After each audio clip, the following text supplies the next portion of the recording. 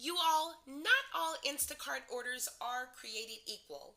Today, we are talking about one that confuses a lot of new shoppers, and it is the shop and leave order. This is not a delivery. You shop it, stage it, and leave it at the store for the customer to pick up. Now, if you don't bag and stage it correctly, you will create chaos. So, let me break this down step by step so that you can do it right the first time. And in case you didn't know, my name is T. I have been a full time, full service Instacart shopper for over 8 years, and I have done over 10,000 batches. So if you want to know all things Instacart, this is where you ought to be. Now, when you accept a batch, you'll notice right away that it is a shop and leave order, not delivery. That means no driving to the customer's house, no drop off photos, no mileage pay, but also no tip. Shop and leave orders do not give you a tip. I personally don't mind that because I don't have to waste gas, wear and tear on my car, or mileage. So typically, I will love to take a shop and leave order because I don't have to worry about that. And it offsets the tip. Now, your job is to shop it, check out, label it, and stage it properly inside the store. Now, here's where they mess up.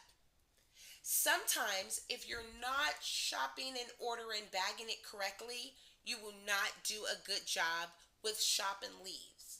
The reason being is because you have to have frozen items with frozen, refrigerated with refrigerated, and so forth. If you don't do it correctly, it can cause problems. Now, when you're shopping a shop and leave order, you have to think about staging from the beginning. So, again, bag like items together, frozen with frozen, refrigerated with refrigerator, shelf items together, oversized items separate, and if you have hot or cooked items, those separate as well. Why?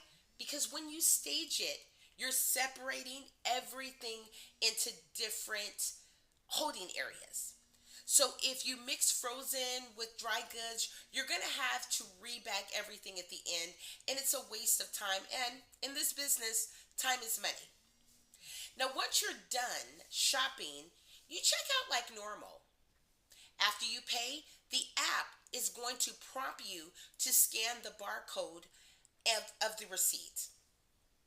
Don't worry, you can't skip this because it won't let you. You won't be able to get an address to deliver. So if you forgot it's a shop and leave order, the system won't give you an address. When you go to push the button, it's going to give you the code or the QR code. So when you scan the QR code, it activates the printing process. Every store has their printing section in different places. So if you're familiar with the stores you're at, you will know where this is. If you're not familiar, you just simply ask an employee, a cashier, or someone in the front, where is the scan and go section for Instacart? And they can direct you. So when you scan the barcode, it activates the label printing process.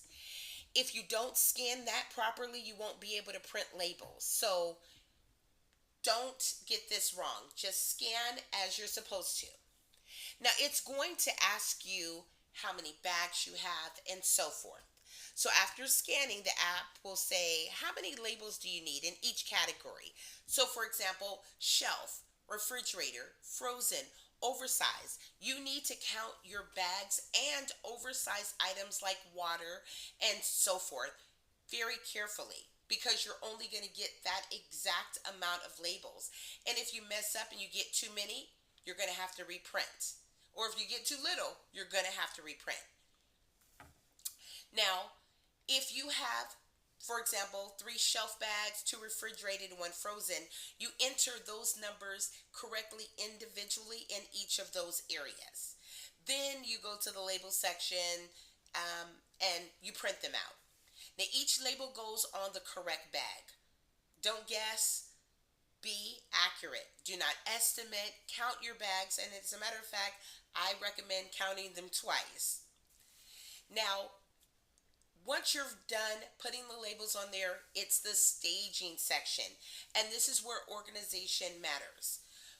Some stores allow you to just keep it in the basket, but if so, do your best to separate them. Maybe in the front of the basket, put refrigerated items, in the back frozen, in the middle shelf, just depending on the bottom, oversized items. So put shelf items in the pickup area based on that. If it's the store allows you to just put them in the basket and you leave it, so be it. But if that particular store requires for you to stage it, you put the shelf items in that area, refrigerated in the cooler section, frozen in the freezer holding area, and oversized items in the oversized item section. Every bag should have a label. Every section should match what you entered on the app. Then you confirm it in the staging app, and boom, your order is complete. The customer gets notified that it is ready to pick up. Now, here are my pro tips after 10,000 plus batches. Smart bagging is essential. So remember that. Double check labels, the amount, the sections that you need before printing, so you don't have to worry about printing more than one time. Don't rush staging because accuracy matters. Treat it like you're setting it up for yourself to find later. And what I do every single time is I tie every bag and I put the label on top of the actual handles of the bag. And the reason I'm doing that is it protects me. So for example, if someone just went into the order and took something out or something fell out, if you have a bag that you can just open up the bag, anyone can take anything out. If something's missing, it's going to come back on you.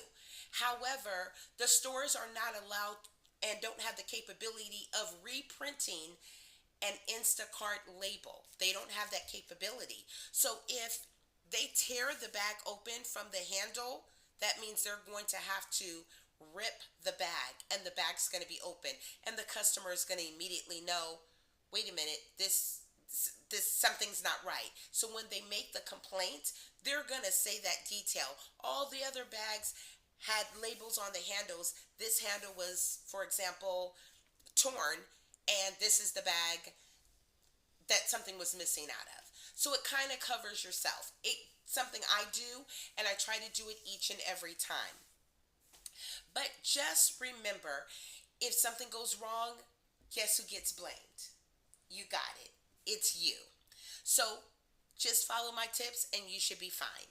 So if you're new to Instacart or you're seasoned and you're trying to learn the real workflow, I've got you. I've done over 10,000 batches and I'm here to tell you what they don't explain in the app. So comment below if you want me to break down delivery only orders, double and triple batches, nightmare orders, or how to spot bad orders before accepting. And make sure to subscribe because I can keep these videos coming. Enjoy your day and happy shopping.